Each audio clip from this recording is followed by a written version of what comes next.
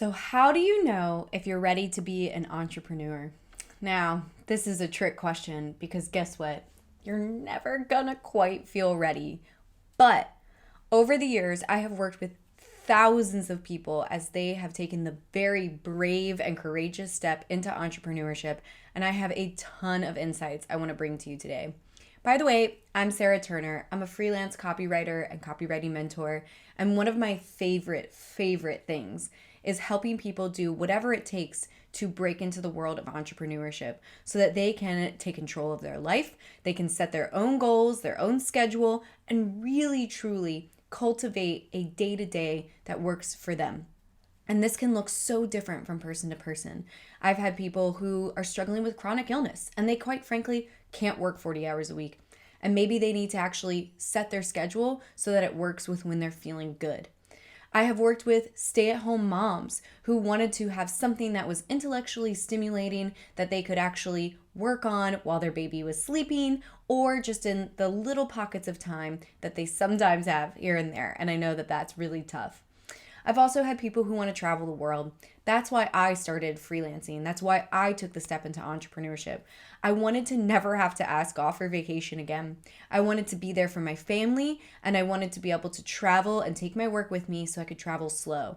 I really love spending more than a month in a country. So there are a lot of different reasons as to why people pick entrepreneurship. Another major reason that I often see and was true for me is I was quite frankly sick of building somebody else's dream. I was ready to build my own. So these are some of the stories that I come across on a daily basis in working with new entrepreneurs.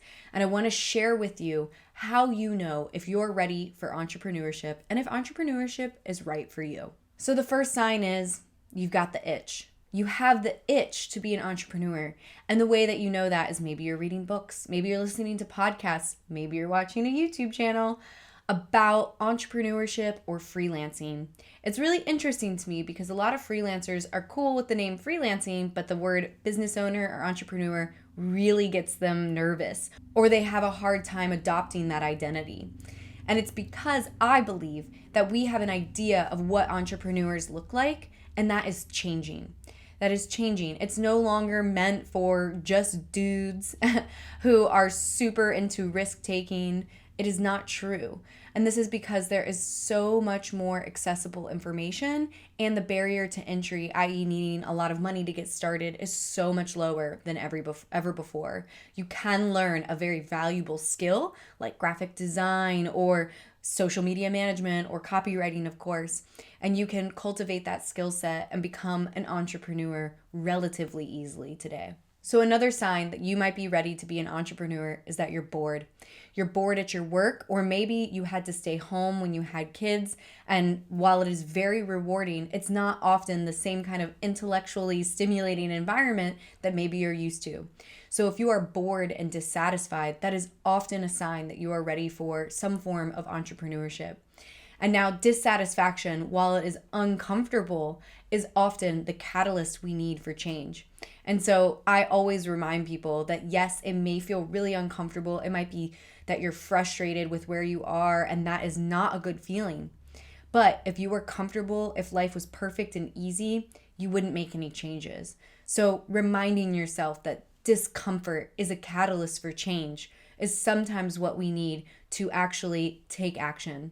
Another sign is that you're starting to realize going back to school isn't necessarily a good fit for you. Maybe it's because you don't want to take on tens of thousands of dollars of debt. Maybe it's because you don't want to be in school for another 3 years only to find a job that is going to give you a few $1,000s a year in raise. That's what happened to me. I worked in science. I was a research associate, and I had to get a master's or a PhD to get a raise, really. And the raise that I was going to get was going to take me decades to pay off my school degree. It's actually pretty incredible to me that we still do that to ourselves. That when we are not happy in our career, we think that the best solution is to go back to school and incur more debt. And I just really want to push back on that. Also, if you need to make money right now, school is usually not the best option because it's, again, a 4-year investment or maybe a 2-year investment if it's a trade school. But a multi-year investment in time is not the best, fastest way, for the most part, for a lot of people, to get up and running and bringing in real income. There are so many other skill sets that you can learn online today and be up and running so much more quickly with far less debt. So really get creative and look out there. The next one is that you've got big dreams for your life, and maybe they're secret dreams that you haven't been able to say out loud because maybe you don't feel like you are deserving of them, or maybe you feel like you're greedy. These are all super common things. But if you want more for your life, another sign might be that you're actually embarrassed to say what you do for work because it doesn't feel like it fully resonates. Maybe you know that there's nothing wrong with what you do for work. For example, when I was an event planner, I was very embarrassed to say I was an event planner.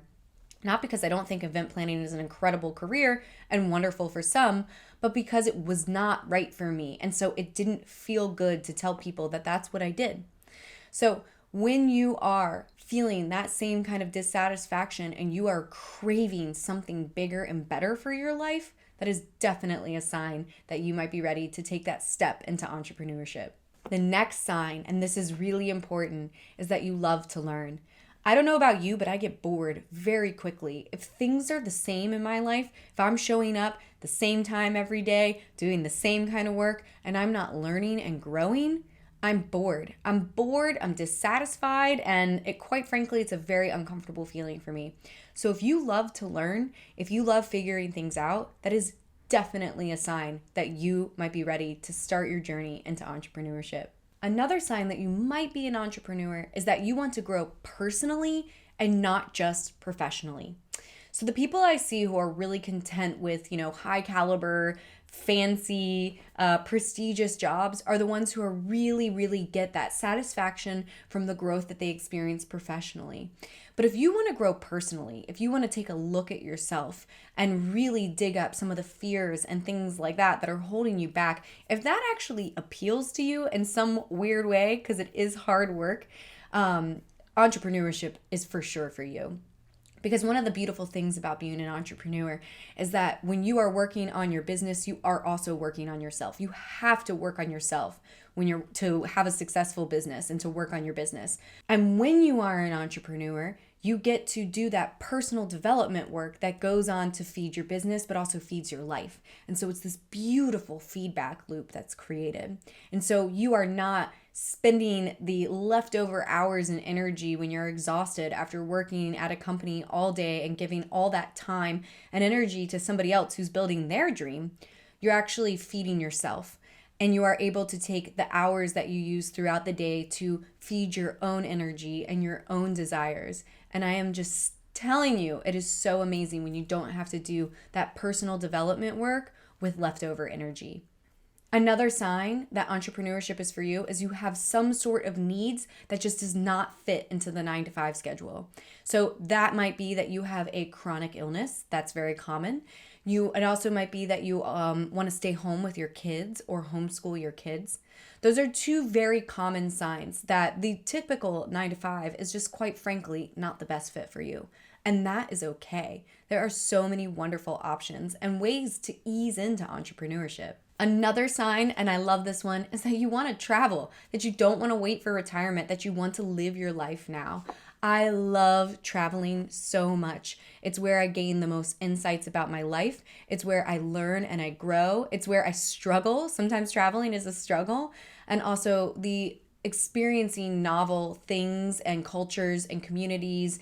And there's like nothing that feeds my soul more. I'm getting tripped up on my words even thinking about it because it feeds my soul so much to travel and have new experiences. And so if that is something that resonates with you, entrepreneurship might be for you. Another sign that you might be ready for entrepreneurship is that you love taking extended time off.